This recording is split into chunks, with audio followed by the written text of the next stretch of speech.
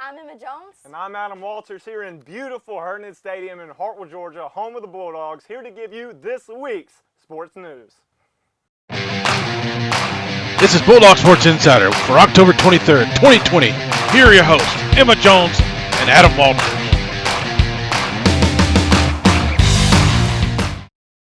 Welcome to our show today. Today we're going to be talking about softball's big wins in round one of the playoffs, volleyball's matches versus GAC, and the football team's big win versus Franklin last week. A bunch of sports news, a bunch of big-time wins. We're going to start off with probably the biggest win all week, the softball team taking down Westminster in the first round of the state playoffs. They're moving into the Sweet 16. Coming into this game, Westminster was 8-9 overall, and they were 6-2 in the region. And they're in a really impressive region over there where they're at. Hart County is also in an impressive region. I think that we have probably the strongest region in softball in the entire state of Georgia in AAA, and I'm willing to fall and die on that sword, if you will. I really think that we're in a very, very strong and a very powerful region.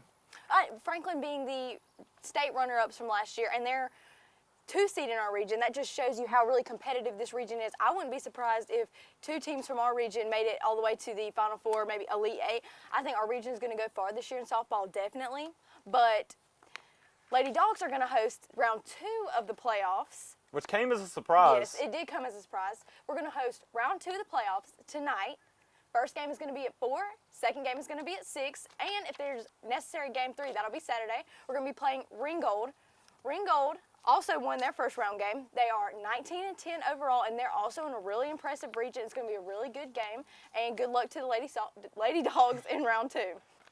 Now for volleyball news. This week, the Lady Dogs hosted round 1 of the state playoffs. They faced GAC, very big program, very prestigious program. Lady Dogs did fall 3-0 in the matches, but they showed really good progress. This is the first time they made the state playoffs since 2012.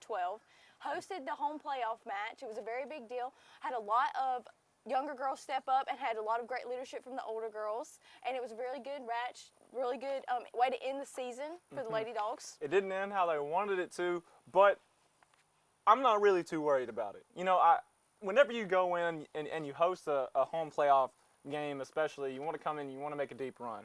Unfortunately, that's not what happened with them, but like I said, I'm not really worried. They have a lot of young pieces. They're losing 4 seniors, which great season, by the way, to those girls. But they've got a lot of really young talent. We brought it up, I think the past 2 shows, their JV team went undefeated.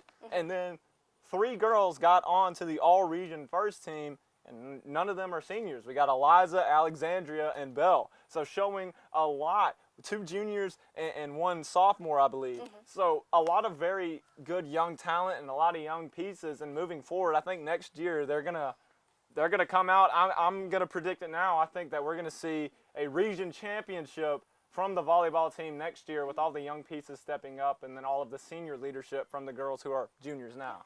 So we'd like to say congratulations to the volleyball team on finishing 23-11 overall and 9-1 in region. Go Dogs! Now we're going to pivot into some cross-country news. This past Tuesday, the cross-country teams had a meet in Franklin. The boys placed 3rd overall in the meet. They were led by Diego Martinez, who placed 2nd overall in the boys race. He had a time of 16 minutes and 44 seconds, lightning quick. The girls placed 4th overall, and they had 2 top 10 finishes with Paola Rubio at 5th and Melody Blomberg at 10th. So a really, really good showing by them this Tuesday. They have the region meet next Thursday. It's going to be in East Jackson. Yeah, they're going to take this week to prepare. We talked to the cross-country coach yesterday, Coach Merritt. He said they're going to take this week to prepare for the region match. He said they're going to work really hard and hopefully looking for some success there. You know, we usually have a pretty good showing at the region matches. Just Hart County cross-country just kind of has a little bit of a name for itself. They've got notoriety. Yeah, for exactly. Sure. And so we're looking for the younger girls again. Like last week we had a freshman place in the top 10. We're looking for some of the younger girls and younger boys to step up. And we got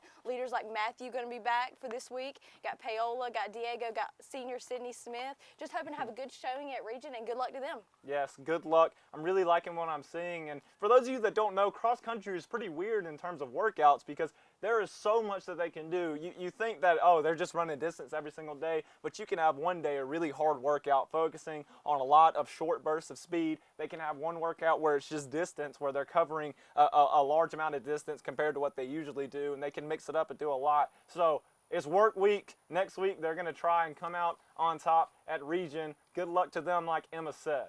Now for some football news. Your Bulldogs are coming off a huge win versus region rival Franklin County. We handed them their first L Friday night. It was a big game. Bulldogs were led defensively by Ty Shiflett, who earned the Farm Bureau Player of the Week, and offensively they were led by Malachi Thomas, who earned the McGee Heating and Air / WKLY Player of the Week. Malachi had 2 touchdowns. He had 169 yards, and he was averaging about 14 yards per carry. It was a big game for both of those players, big game for the Bulldogs in general. We gave Franklin their first L. We got our first region win. We're undefeated where it counts, as Adam likes to say. Undefeated where it counts. In the region, that's where you really got to focus because you can start off 0-5, but go 5-0 in the region, and now you're 1 seed heading into the playoffs. Exactly. Franklin County is now 0-1 in region, and that's all that matters. So, Adam, tonight, we're taking on Oconee at 7:30. How do you feel about it? Whew. It's a huge game. Oconee, they're undefeated right now. They're rocking and rolling, 6-0. They topped East Jackson last week. I believe the score was 36-14. They're a talented team. There's no other way to put it. They have a lot of great pieces. They've got a lot of leadership, and they're moving. They're rocking and rolling, like I said.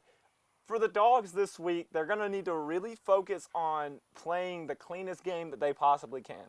Coming into this game, I think it's vitally important that they don't turn the ball over and they don't have a lot of penalties. If you watch, whenever I go back and I watch some of the film on that Jefferson game, the Dogs only lost by 7. Jefferson is the number 2 team in Quad A, and by my personal rankings, I have them as the number 1.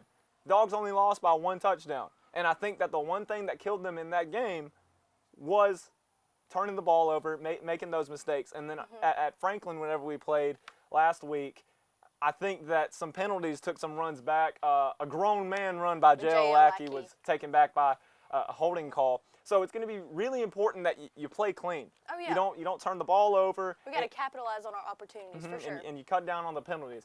I think that's going to give you the best shot to win in this game. But they're a very talented team. And coming into this game, we got a pretty fun matchup. We're celebrating National Tight Ends Day early. National Tight Ends Day is going to be on Sunday, but we've got a 4-star versus 4-star matchup. We've got Kane Barong for the Bulldogs and Jake Johnson for Oconee and the Warriors. It's going to be really fun to watch those two. Johnson, his brother, is at LSU right now.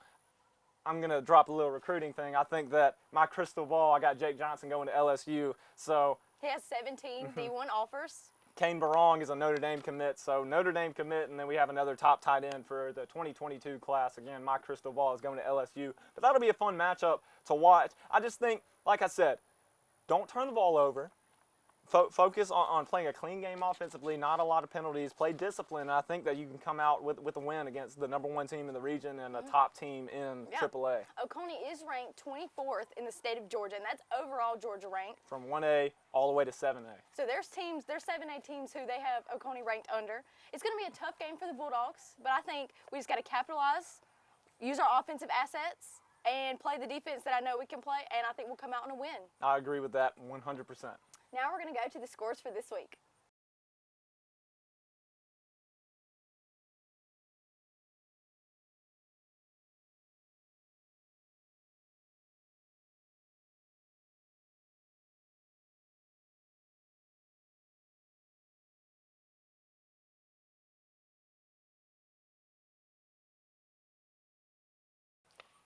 Now we're going to switch it up into some baseball news. Not in the baseball season, but we've still got some big-time news. Senior pitcher Will Dean committed to Southern Union Wednesday night. Yes. That was some shocking news to a lot of people.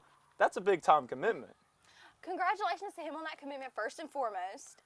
It's a really big deal. You know, we're just bringing more and more attention to the baseball program. Last year we had pitcher Casey Talent commit to Clemson to be a pitcher there. It's just big. It's just really big for our baseball program. A lot of attention going to be drawn, and good luck to him. Good luck to him in his career. I know that he is a really dedicated guy, and he's going to be able to move forward, and I think he's going to make a big name for himself. Speaking of big names, we're going to now pivot into our segment we like to call Freak of the Week. Starting off, I'm going to go ahead with my pick. My Freak of the Week this week is senior linebacker Ty Shiflett. He came away out of that Franklin game with 10 tackles. He had a 2-point conversion rush. Senior linebacker, he's a great leader. And I love what I see every single week out of him because he can play multiple positions on the defense. Most notably, he's a will linebacker, and I think that he's perfect for that role. I love how he plays at the will, but he can also play some Mike backer. He's the quarterback of the defense, so to speak. He makes a lot of the calls. He makes a lot of the decisions and calls out a lot on the offensive side. But he's a player that I think is super fun to watch on the defensive side. If you look at him, if you're familiar with some NFL names, he's got a Jatavius Brown body, former Chargers linebacker, but he's got a Devin Bush skill set. Yeah, Devin Bush plays on the Steelers. Ty's a Steelers fan, by the way. But he's one of those guys, he can stuff the run. He's got closing speed to be able to get the run. He's got great lateral quickness. He's just a tackling machine. If he gets his arms on you, then he's going to take you down 100%. And then showing off some of the speed on that 2-point conversion rush. Ty Shiflett, my pick for Freak of the Week this week. I approve of that pick. I feel like he's a very deserving candidate for a Freak of the Week pick. Good job on that pick, Adam. So for my pick for Freak of the Week, I decided to take it to another sport, and I'm going to go with Eliza Hart, Jr., number 3, setter for the volleyball team. She made first team All-Region this year, and she just reached 1,000 assists, and that's a huge accomplishment for a junior. She's a great leader for the team. They made like we said earlier, they made the state playoffs for the first time since 2012. So obviously a lot of good leadership. I think that team's going to go really far next year with her and a few others being seniors, and that's going to be my Freak of the Week for this week. Freak of the Week, my pick, Ty Shiflett. And my pick's going to be Eliza Hart. Congratulations to them. Big-time players, big-time names, and they are the Freaks of the Week for Bulldog Sports Insider. So now, Adam, we're going to get into our region picks this week for football. So with the first game, we have East Jackson against Monroe area. What's your pick? Last week, I picked Monroe area to top Stevens. It was a pick that you didn't really agree with, and Monroe area came out and beat Stevens 41-21. I think the Hurricanes are rolling. I think the Hurricanes are going to come in. There's a storm coming. I got Monroe area topping East Jackson in this game. I'm going to predict a big win for the Purple Hurricanes. I'm going to have to agree with you this week.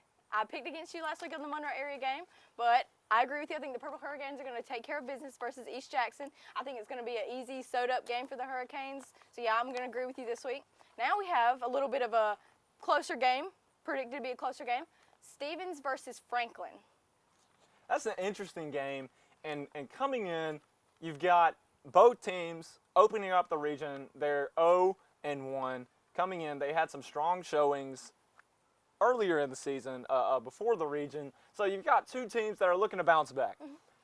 I think it's going to be an interesting game, but from what I saw last week and what I've seen on some film and whenever I grinded the tape for Stevens, I think I'm going to go with Stevens County to top Franklin County in this game. I think it's going to be pretty close, but I'm going to pick the Indians to top the Lions in this one.